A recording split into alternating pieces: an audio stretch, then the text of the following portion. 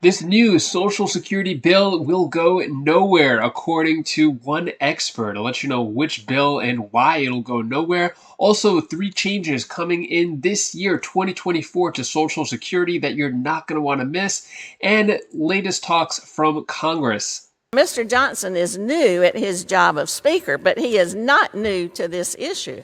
As the former chair of the Republican Study Committee, he repeatedly called for Social Security benefits to be reduced. I'll play the full video clip of what is being spoken about with Social Security, and I'll give you some other important updates as well. Before I dive into the main content, if you appreciate these Social Security updates, hit the like button and subscribe to the channel for more Social Security updates. And this video is sponsored by my company, WiseSense. If you or anyone you know is looking to increase your credit score, got my details down in the description below. So, another bill, another crash, or it might be Social Security experts saying proposed bill to cut taxes will go nowhere despite claim of saving seniors millions. So this is not the "you earned it, you keep it" act, which has been getting a lot of press lately about cutting taxes for Social Security. There's actually a different one. So Social Security recipients who have to pay federal taxes on their benefits got a ray of hope last fall when a bill was introduced to the U.S. Senate that aimed to begin the total phase out of those taxes. But at least one Social Security expert said the bill is likely to go nowhere in the current political environment. So, which bill is this? It is the Social Security Check Tax Cut Act, introduced by Senator Pete Ricketts, which is actually a Republican. Which is, one of the rare Republican bills introduced for Social Security. So the bill was modeled after a successful earlier effort to eliminate state taxes on Social Security benefits initiated when Ricketts was Nebraska's governor, saying this: all Social Security benefits should be completely tax-free. My bill helps us get there in a fiscally responsible way. If you think about Social Security, why would it ever be taxed to begin with? You're paying taxes your entire life, dedicating decades of thousands of hours to get a Social Security check at the end. You're putting thousands of dollars into it, and then you get taxed again with your Social Security check. It makes no sense at all why it would be taxed. But a few days later, Ricketts told a group of seniors, state senators, and other stakeholders that his bill would cut the federal tax on Social Security benefits 20% over 2 years, beginning with a 10% cut in year one, increasing to 20% in year two. Under his plan, Congress could continue phasing out the tax by 10% a year and make all Social Security income tax-free by 2033. So in about 9 years, Social Security could be completely tax-free, which, again, it should be to begin with. What he said again here: by passing this bill, we can take the first step in boosting the retirement income of millions of seniors in Nebraska and across the country. So, when it comes to this bill, where is it going? Has it done anything? Well, let's take a look at what one critic has to say here. So, in an interview with an expert on this, he said this legislation is a little bit tiresome because it's not new. And I mean, it's one of those things that continuously gets floated. For example, the "You Earned It, You Keep It" Act, which was introduced by Representative Craig, a Democrat, basically doing a similar thing, cutting Social Security taxes. So we have a Democrat doing it, a Republican doing it. Why not just get together and do it together, right? The main problem, she said, is that amending Social Security requires 60 votes in the Senate, and neither political party has held 60 seats since the 1970s. Ricketts' proposal will go nowhere unless it's backed by bipartisan support, which was less of a challenge for him when he was governor in a politically conservative state.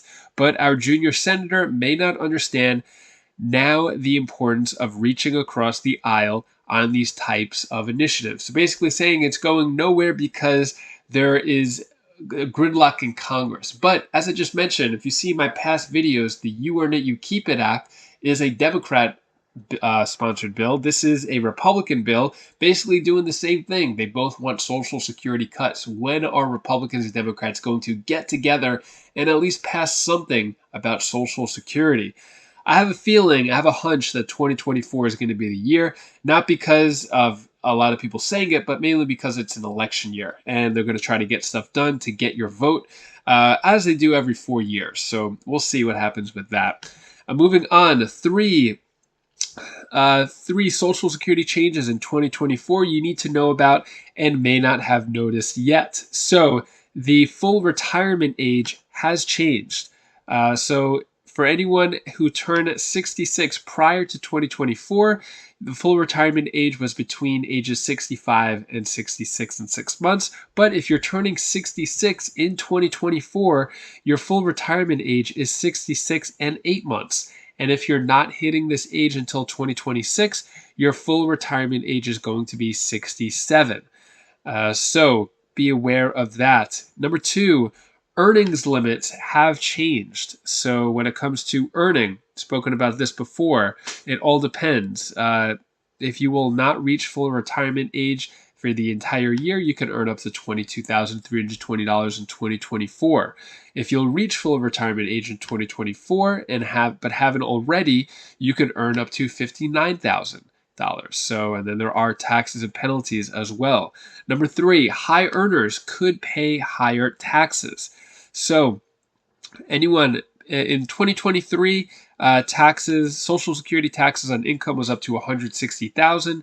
But now in 2024, it's up to $168,000. So there will be higher taxes for higher earners in that sense.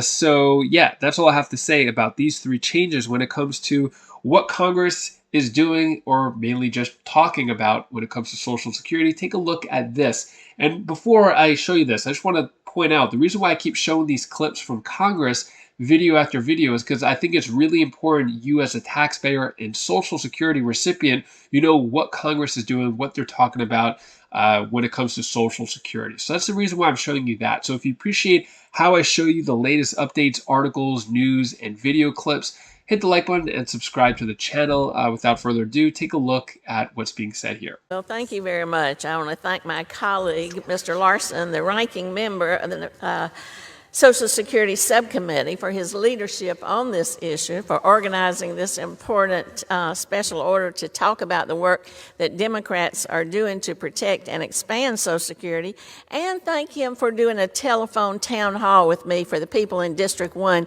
so they could ask questions about what is happening and how this measure would help. In my district, there are 113,000 Nevadans, that's District 1 in Las Vegas and Henderson, who rely on Social Security just to make ends meet.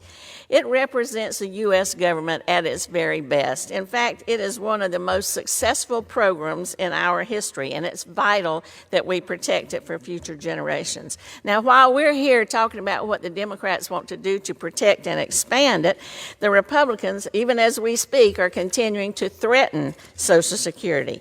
Now, Mr. Johnson is new at his job of Speaker, but he is not new to this issue.